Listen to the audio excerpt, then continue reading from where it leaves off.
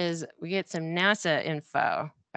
They're to set up an independent study on unidentified aerial phenomena, the UAP. They will focus on available data, how best to collect future data, and how NASA can use the data to move the scientific understanding of UAPs forward. Because realistically, they've already been looking at this stuff. There's no evidence that the UAPs are extraterrestrial in origin at this time. At least no evidence that has become available to the rest of us. The agency is not part of the Department of Defense's Unidentified Aerial Phenomena Task Force or its successor, the Airborne Object Identification and Management Synchronization Group. NASA has, however, coordinated widely across the government regarding how to apply these tools of science to shed light on the nature of the origin of unidentified phenomena.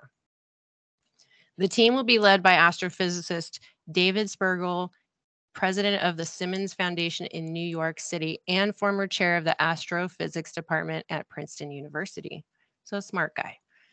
Daniel Evans, the assistant deputy associate administrator for research at NASA's Science Mission Directorate, will serve as the NASA official responsible for orchestrating this study.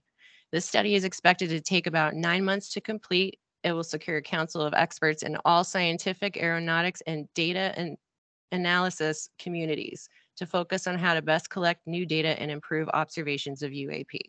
So getting a plan, I think, is a good idea. Everyone could agree with that. This report is to be shared publicly. NASA has active and unrelated studies already for searching for this extraterrestrial life in habitable worlds. Then we get, in June of 2022, we've got the Galileo project headed by Avi Loeb. In this project, he's outlining the framework for NASA's independent study of unidentified aerial phenomena through this 2-page white paper. This was requested by Dr. Thomas Zurbuchen, NASA's Associate Administrator for Science. It's currently assembling its first telescope system on the roof of Harvard College Observatory. They're planning an expedition to retrieve an interstellar meteorite. I saw that movie, guys. It did not end well. They want to study satellite data on unidentified aerial phenomena, the UAP, from above. There's an idea. All right. I'm just throwing it out there. We got those. I always wonder, I was like, man, we got these satellites up here. Why don't we look at that? Oh, no. They erased that stuff. We all know the truth. They will also, during this Galileo project, they are designing a space mission to rendezvous with the next anomalous interstellar object. Okay, Jason, you got to help me out with the Hawaiian one. Oumuamua. Thank you. Yeah. Ready? We should all say it together. Ready? Oumuamua. Now we all know how to say it. In Hawaiian language. When I was doing radio back in the day, like that was when this happened. And yeah, it was pretty funny trying to get that out. All right. Also last month in June, we get to Travis Taylor. Oh, look, there's Alejandro in the picture.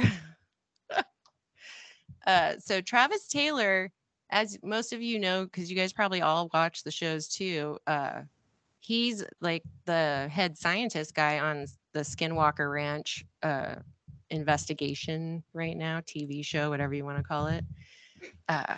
So George Knapp has reported that one of the U.S. government's premier UFO investigators has stepped out of the shadows to openly discuss his work for the UAP Task Force, an organization created by Congress to evaluate unidentified aerial phenomena. Television viewers know astrophysicist Dr. Travis Taylor as an investigator of UFOs and the paranormal at Skinwalker Ranch and on other History Channel programs. Only a handful of people in the world knew that Travis Taylor was leading a double life, secretly working as the chief scientist for the Pentagon's UAP task force. Oh, the gossip. So the dudes that just presented all of the UAP information for the to Congress just 2 slides ago were being led by this guy who is the main scientist guy on the Skinwalker Ranch TV show. Right. It's so, it Right? makes Like, you wonder. tie it all together. Yeah. Right. And how many more times has something like this happened, right? Like, do we know? Just saying. Too far. A new defense bill passed with a provision to collect aerospace undersea data, UAUP data. This legislation calls for details on reported health issues connected to the UAP sightings, transmedium objects, those that hover near military nuclear sites, and more. And, you know, on a side note, through me, I'm going to say that I'm glad that they're going to look into the health issues that get caused by people who have these experiences because, you know, personally, I do know some people who have had some pretty weird health stuff go on after they've had one of these experiences. So tucked into the latest more than 2,000-page version of the National Defense Authorization Act for fiscal year 2022 is a provision that would mandate the formal establishment of a federal office, organizational structure, and authorities to confront unidentified aerial phenomena. These are good things. So harken back to remember the piece where they said, asked if there was any hardware that was collected from the underwater UFOs a couple months ago, and now this month there is the documentation saying that they are mandated now to collect materials from underwater unidentified objects. Yes. Find them. All in the same month, too. Interesting. So then in June 22, Brazilian Senate, there's a Brazilian Senate hearing on the UFO.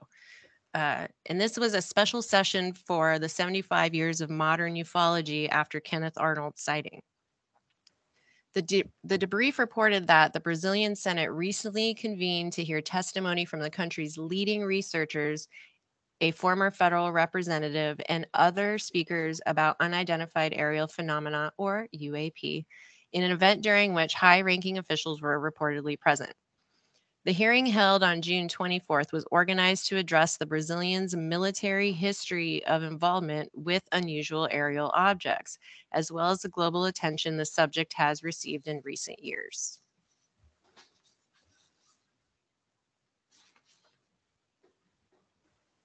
I think that's it, right? That brings us up to date. As Yeah. long as nothing has happened since we finished our notes. Right. But it's quite an evolving story. That is Right. 1 year, folks. That is 1 year's worth of information. Yeah, that's a lot of stuff happening right there in a year. Like, and what's going to happen next year if this is what happened this year? Much less like in the last 2 months of what happened. Mm-hmm. Yeah, pretty crazy, guys. So, any questions for Heidi or any of us? Go ahead, Cyrus. Yeah, just to, I'd like to kind of get your thoughts, Heidi, and Jason's thoughts, because about like so much has happened over the last year, and with NASA now willing to do an investigation, I'm kind of wondering what kind of pressure, or maybe if you guys heard of any kind of unique pressure that's been put on NASA to do this, because they've had pressure in the past, even from there's several previous presidents that have made comments that they've seen UFOs. Jimmy Carter is probably one of the most famous ones. He actually made a request to his science advisor, and I think his name was Frank Press. You can look it up. This was back in 1977, going directly to NASA to have them look into the UFO issue. And even though it came from the sitting president, the highest office in the land, NASA shot them down. They would not do anything like that. So I know time has passed, and that's a big issue because the topic is a lot more relevant now. But have you guys read or heard of anything about any kind of unique pressure coming out on NASA, because they've even shot down former presidents even doing this. I think maybe it's just because times are changing, you know. That's what I think. And maybe they're just finally realizing that if, you know, they're just because the goal really seems to be for all of the data to be shared across the whole board, right? Yeah. And that's really what's going to get us ahead of everybody. If everybody just gets together on the same page and shares everything, in my humble opinion, you know, it takes a village. Yeah. And I know 50 years has passed since, you know, or a long time since Carter, but I remember Bill Clinton being asked the same question and being on TV shows where he was asked about Roswell and UFOs. Same thing with President Obama and even President Trump, who refused to talk about it at one instance. So just, I don't know, it's just all of a sudden, you know, NASA being willing to do this is great. But with pressure from previous presidents and even presidents like Obama specifically requesting information on Roswell and not getting, and Area 51, not getting everything he wanted, it's kind of. So, I'm sorry, I didn't mean to walk on you there. Oh, you're fine. You're fine. So, in a sense, maybe a broader question would be: is there a watchdog to make sure these people do what they're told to do? Because I mean, and I hate to be such a cynic, but I am. You know, I mean, or is it just going to become just another Condon report? Is it going to just become another Project Blue Book? You know, where it just, you know, they throw a few crumbs at you, but nothing ever really happens. Is there an overarching body that will be a watchdog who will make them comply? I can Jason? take that one. I would say it's Congress, actually. The presidents obviously don't have the polls the presidents do not have the kind of polls that they often think they should have, nor do they necessarily always have the kind of poll that the public thinks that they do have. They're just a temporary employee. They'll be out in a couple of years. Right. And in this case, in this specific case, it is Congress that is requesting it, not only requesting it, but mandating it, ordering it. As far as the UAP task force is concerned, then on the other side of it, NASA, being its own independent, separate body, is doing this on their own.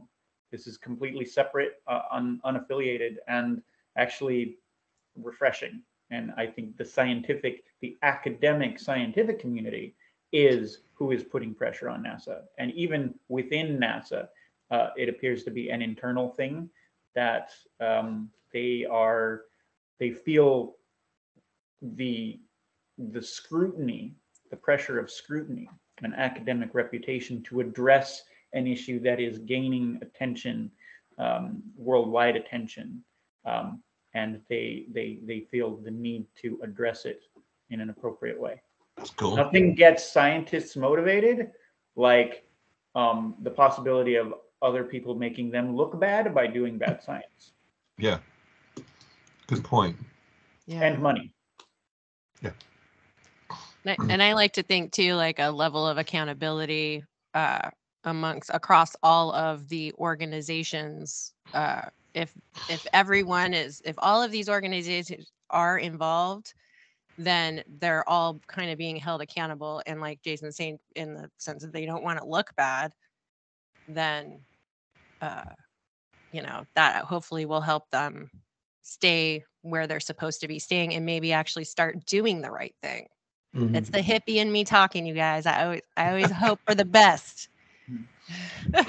And Jim pointed out kind of being cynical whether or not this is just going to be another Condon report kind of thing. There's a lot of emphasis on following the facts wherever they may lead, right? Mm-hmm. There's a lot of actual genuine science. Back in the 50s, they never addressed it. There was never a genuine intention for it to be a true scientific evaluation. It was very well known from the beginning that, especially with Condon, that he had his conclusions before and he just wrote a report to solidify something to just distract, basically write it off. Like, this isn't a big deal, nothing to worry about, nothing to see here, look away. And that has influenced kind of the perception for the past, what is it, 50 years? More than 50 years, 75. Yeah, we're going 70. Yeah, 60, 70 years. So. The 80s were almost 50 years ago. Just kidding. So can I ask another question? I don't want to monopolize, but I've got another question. Okay, well, I'll just take that as a yes. Heidi mentioned data. We need data. And one of the things that, I've been thinking about is, just you and me and us people on the ground.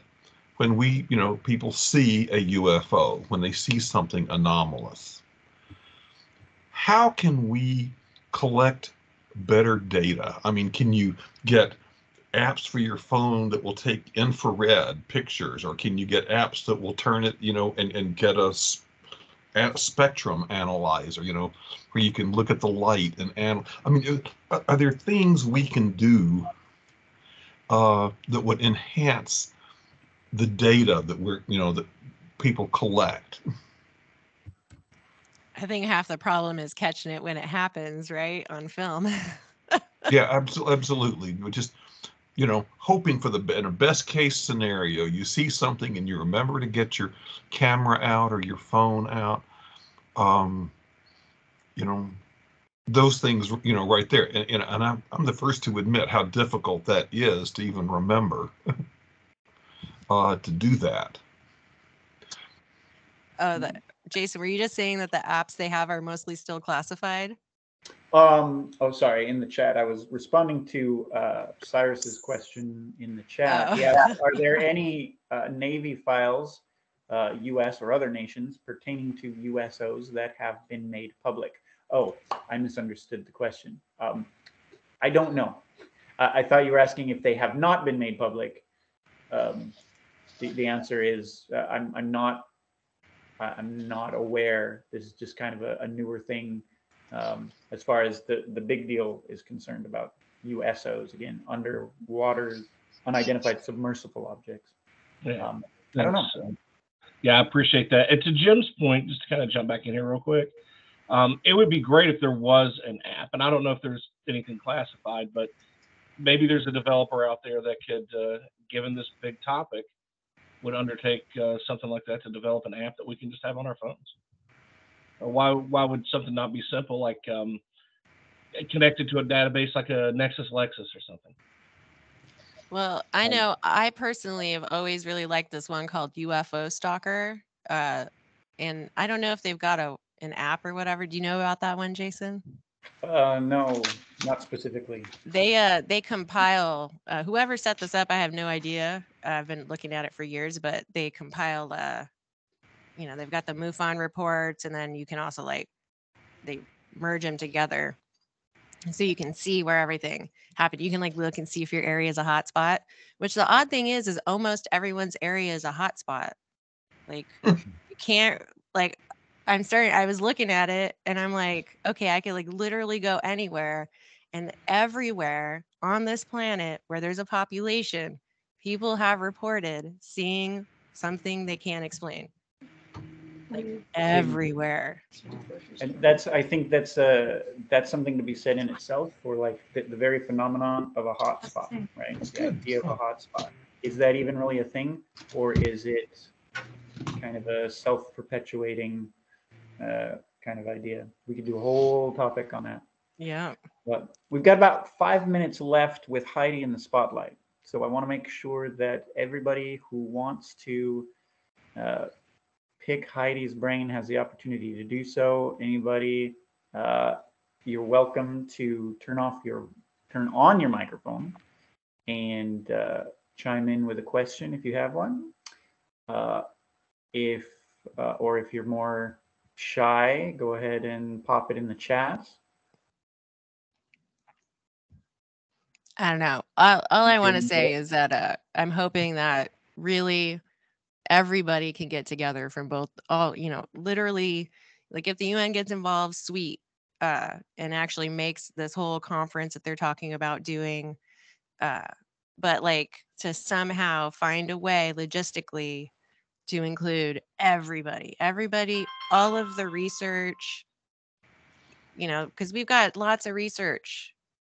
There's there's people in weird states here in the US that have like file cabinets full of stuff, and then get rid of, let us see these, classified documents relating to this stuff, because the fact of the matter is we all recognize that it's going on.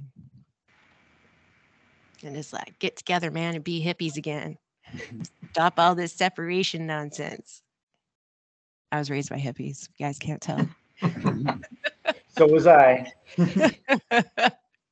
Me too. Yeah. And it should be more about community. It just should.